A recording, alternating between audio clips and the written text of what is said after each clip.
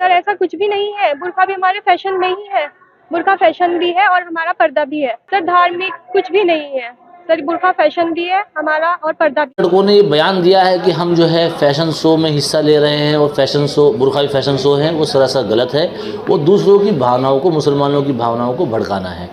جو برقع ہے وہ کسی فیشن شو کا حصہ نہیں ہے، وہ صرف اور صرف مسلمانوں کے پردوں کے لیے استعمال کیا جاتا ہے۔ مولانا مکرم قاسمی، کنوینر جمعیت علماء ضلع مظفر نگر۔ جو فیشن شو ہوا ہے اور اس میں برقعے کا استعمال کیا گیا ہے تو یہ سراسر غلط ہے، یہ دوسرے مسلمانوں کی دھارمک بھاوناؤں کو بھڑکانا ہے اور ہم اس کا پرزور الفاظ میں اس کی مذمت کرتے ہیں، جمعیت علماء اس کی مذمت کرتی ہے۔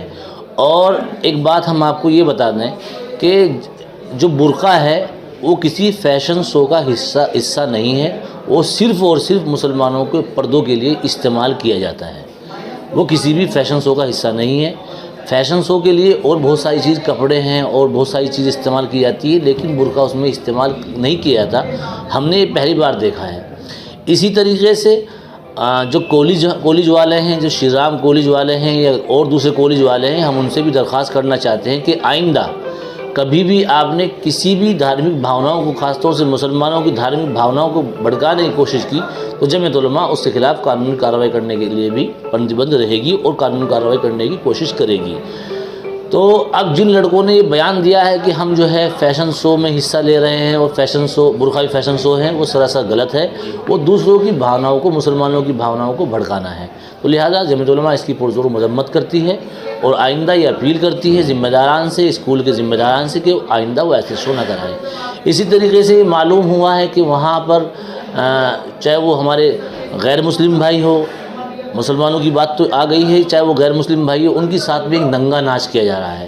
جو بچے جو پیرنٹس اپنے بچوں کو اسکول میں تعلیم دینے کے لیے بھیجتے ہیں، اچھی شکشا دینے کے لیے، سماج سدھار کے لیے بھیجتے ہیں، ان بچوں کو وہاں ننگا ناچ کر کے، بالکل ننگا ناچ کر کے ان بچوں کو کہیں نہ کہیں پریشان کیا جا رہا ہے، ان کو بگاڑا جا رہا ہے۔